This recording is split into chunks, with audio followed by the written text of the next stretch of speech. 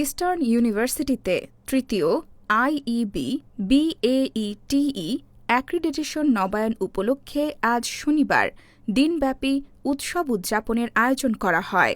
Ashulia model town eastern ইউনিভার্সিটির নিজস্ব ক্যাম্পাসে এই অনুষ্ঠানটি অনুষ্ঠিত হয়। ইস্টার্ন ইউনিভার্সিটি এর পূর্বেও ধারাবাহিকভাবে দুইবার ওয়াশিংটন অ্যাকর্ড অ্যাক্রিডিটেশন এর অন্তর্ভুক্ত ছিল।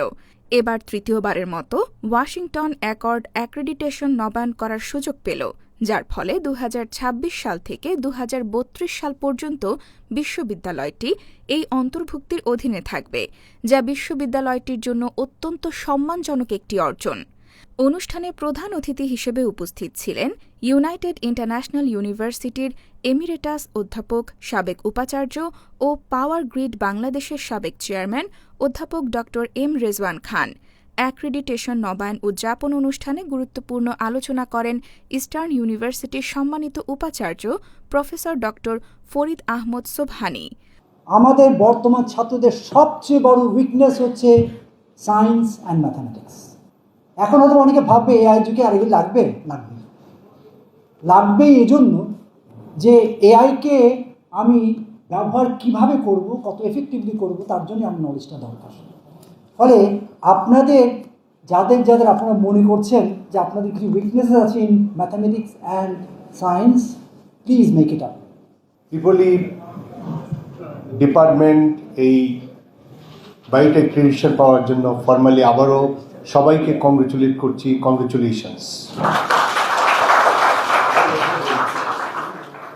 প্রত্যেকটা মানুষের জীবনে কিছু প্রিয় ব্যক্তি থাকে। আমার টিচিং অ্যান্ড অ্যাডমিনিস্ট্রেটিভ লাইনে, বিশেষ করে অ্যাডমিনিস্ট্রেটিভ জগতে আমি বেশ কয়েকজন নক্ষত্রকে পেয়েছি। একজন ছিলেন চট্টগ্রাম বিশ্ববিদ্যালয়ের vice chancellor professor Mohammad Ali. গত পরশুদিনে আমি চট্টগ্রাম বিশ্ববিদ্যালয়ে ছিলাম, বিসি মহোদয়ের রুমে। আমি অনেক বিসিদের নাম দেখছিলাম। আমি বললাম যে আমার সবচেয়ে প্রিয় হচ্ছেন প্রফেসর মোহাম্মদ আলী। সভাপতিত্ব করেন ইস্টার্ন ইউনিভার্সিটির স্কুল অব ইঞ্জিনিয়ারিংয়ের ডিন অধ্যাপক ড. মোহাম্মদ মাহফুজুর রহমান। আজকের অনুষ্ঠানটি সঞ্চালনার দায়িত্ব পালন করেন ইস্টার্ন ইউনিভার্সিটির ত্রিপলি ডিপার্টমেন্টের বিভাগীয় প্রধান অধ্যাপক ড. মোহাম্মদ আবদুল্লাহ আল হুমায়ুন। এছাড়া গুরুত্বপূর্ণ আলোচনা করেন ট্রেজারার প্রফেসর মোহাম্মদ শামসুল হুদা। যেখানে এই ইউনিভার্সিটি ত্রিপলি ডিপার্টমেন্টের প্রতিটি ফ্যাকাল্টি মেম্বার্স, প্রতিটি শিক্ষার্থী এবং অ্যালামনাই এবং অ্যাডমিনিস্ট্রেশন এবং আমাদের বোর্ড অফ ট্রাস্টি সবার সম্মিলিত প্রয়াসে আমাদের এই অর্জনটা সম্ভব হয়েছে। তার মানে ইউনাইটেড এফোর্ট ছিল বলেই আমরা এই অসম্ভবকে সম্ভব করতে পেরেছি। And after this third renewal of IB accreditation accord as far as the Washington Accord, this belief got concrete evidence now. Well, this achievement is more than just a certificate.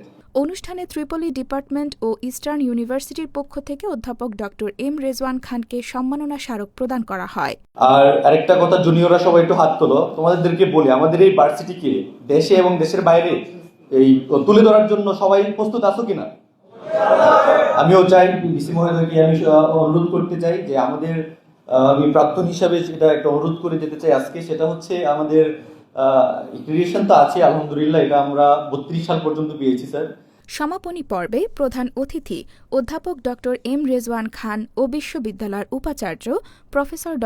Farid Ahmad Sobhani cake কেটে শিক্ষার্থীদের উৎসবমুখর দিনটি উদযাপন করেন।